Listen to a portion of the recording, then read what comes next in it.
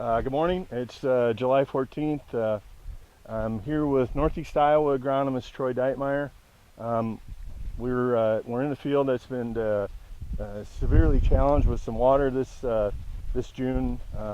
In June we had between 13 to 15 inches of rain, and with the majority of it coming in the latter portion of the month. And we're seeing a lot of these conditions out here, and I just wanted Troy to maybe give a little perspective on what we can do with these types of fields. Sure, Brett. Well, thanks a lot. And this has been a pretty common issue throughout Northeast Iowa, and a lot has to do with, like Brett said, that late June rainfall.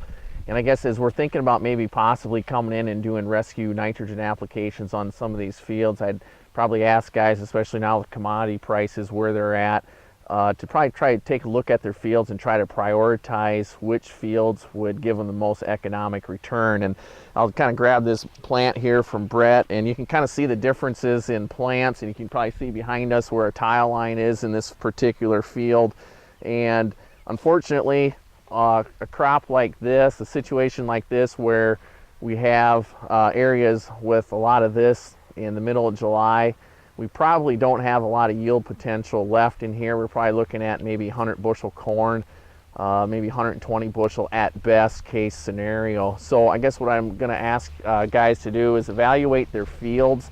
And if you have corn that looks like we do have in the background here over top the tile line, and you have what I consider a higher risk nitrogen program, say maybe primarily nitrogen through a weed and feed or through urea, fall manure, or fall anhydrous, I'd probably ask you to maybe think about coming in and side dressing some supplemental nitrogen. And in our studies at Pioneer, we've shown that we can get excellent yield responses all the way up through tassel. And so there's a couple options that you guys can use at this point. There's high boys with the spinner spreaders with urea that work extremely well. And probably in a situation like this, I'd recommend coming in with maybe another 50 units of actual nitrogen, maybe 75 depending on your eventual yield goal. The one thing that I will say that to expect a little bit of leaf burn when you do come in with these urea products. A lot of times we're going to get just a little bit of burn where that your fertilizer prill comes in contact with the actual leaf, and this typically will not affect yield. It's just going to be a little cosmetic burn.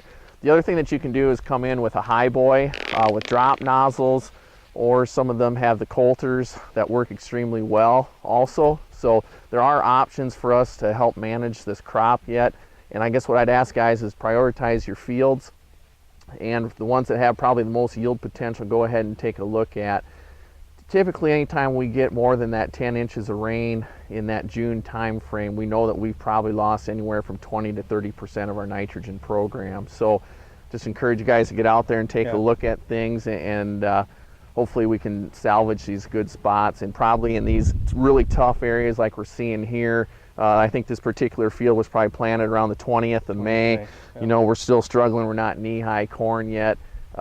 Probably would try to spend your fertilizer dollars elsewhere. So if you guys have any questions on any nitrogen programs or want someone to come out and take a look at it, give Brett a call, and we'd be more than happy to come out and help you out with your decision making. Thanks, Troy. You bet.